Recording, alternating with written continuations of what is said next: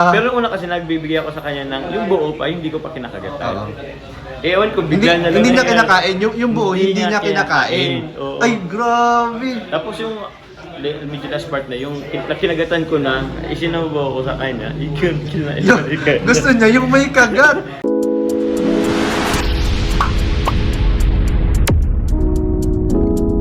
Hello po mga kalingap, welcome back po sa ating YouTube channel. Sa ngayong araw po ay kasama po natin si walang iba, Kuya Jomar. Ayan. Hello po mga kalingap. So, ayan, hindi natin papalabas yung pagkakataon para nga pala, ibabatiin natin si Kuya Jomar.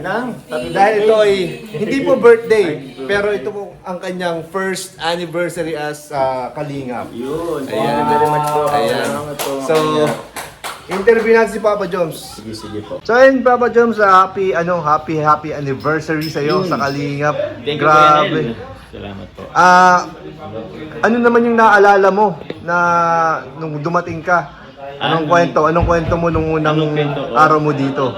Okay. Anong naaalala mo? Ano po yun? Way back May 12, 2023. If I'm not mistaken, yun po yung date na pumunta ko dito sa Team Kalingap. I did actually dito sa Lighthouse.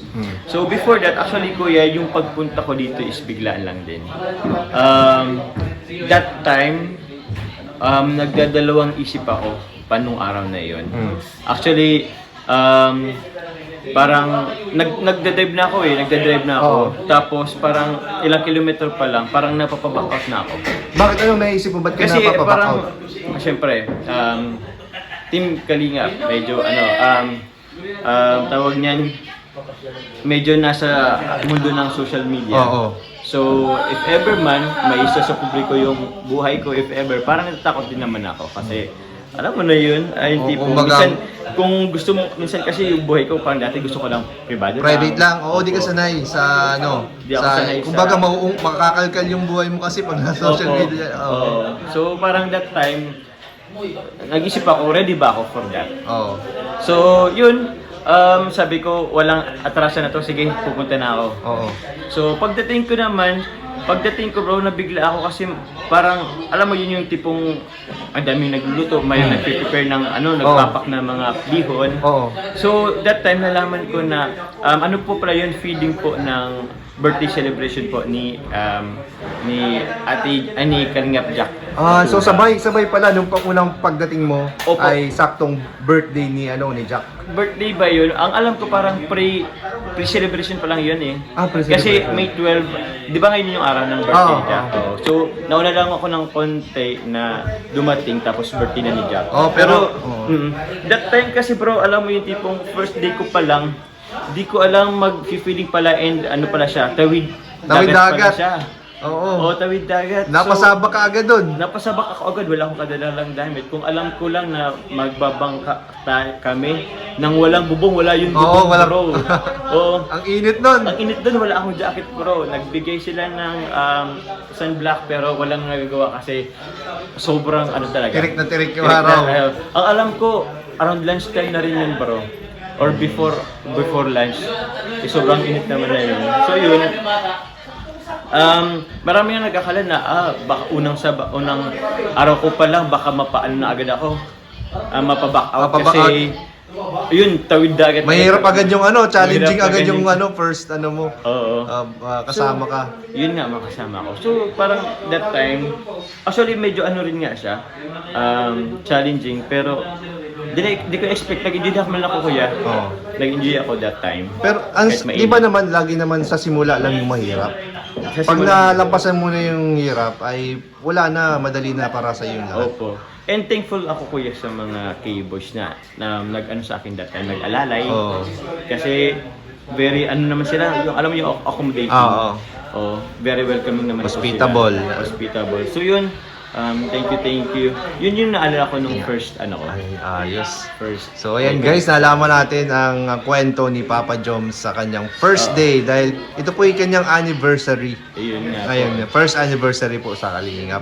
Grabe. May iba naman tayo, Yes po, Papa kuya. Joms. Yes po. Ang kuya. usap-usapan ngayon, Ano yun? yung last part ng ribbon cutting, grabe. Kung saan, yung kinagatan mo daw na puto, Ikwento mo nga kung anong nangyari doon. Ewan ko lang. Kasi, wala, kumakain lang namin kami ng puto. Eh, alam mo yung tipong, hindi ko naman sinasadya na yung nakain ko puto, yun yung ibibigay ko sa kanya. Pero una kasi nagbibigay ako sa kanya ng, yung buo pa, hindi ko pa kinakagatan. Oo. Eh, ewan ko, Hindi, bigla na lang. hindi niya kinakain. Yung buo, hindi niya kinakain. Oo. Ay, grabe. Tapos yung medyo last part na, yung kinagatan ko na, isinabaw ko sa kanya, kinain Gusto niya yung may kagat. Eh, baka nadala lang, na ano lang naman po. Hindi.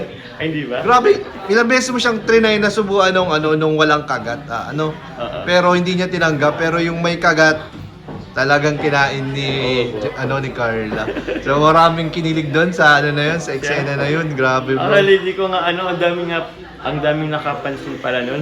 Oo, ang dami. Hindi ko napansin. Sabi nila may may pasabog daw sa dulo. Yun ba yun? O, akala ko si Amber na naman yung pasabog doon sa dulo eh. Ay, oo. Hindi naman pala. Hindi pala. Grabe. Tapos kay Amber naman, ang masasabi mo, napakabibong bata. Apakabibong bata napan ko kuya yung ano nyo kaya ano. Yung pabulong na may pakunting padulas. Hindi yun. Ayan na.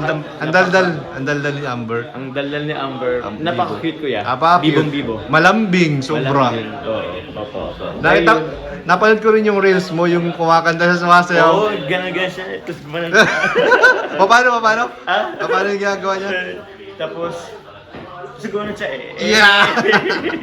Wang pa mo bro. Ang galing. Apakabibo. Grabe. So kaya ano siya kuya, hindi lang si Carla kinagigiliwan ng mama, pati si Amber inabangan. Oo, dalawa na sila. Dalawa na sila. Oo.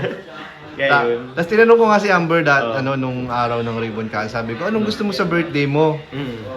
Ang sabi niya, parang ang gusto lang daw niya ay pagkain. Pagkain? Oo, para na daw siya, para mabusog daw siya, tapos lumaki na daw siya. Ay siya? Oo, sabi ko, bakit mo gusto mong lumaki na agad? Para maging kagaya daw ni Ate Carla. Diba? Ganda no kuya, inano niya si Hindi siya materialistic, no? Hindi siya materialistic. Oo. Napaka, futuristic ng mindset ng bata. Opo.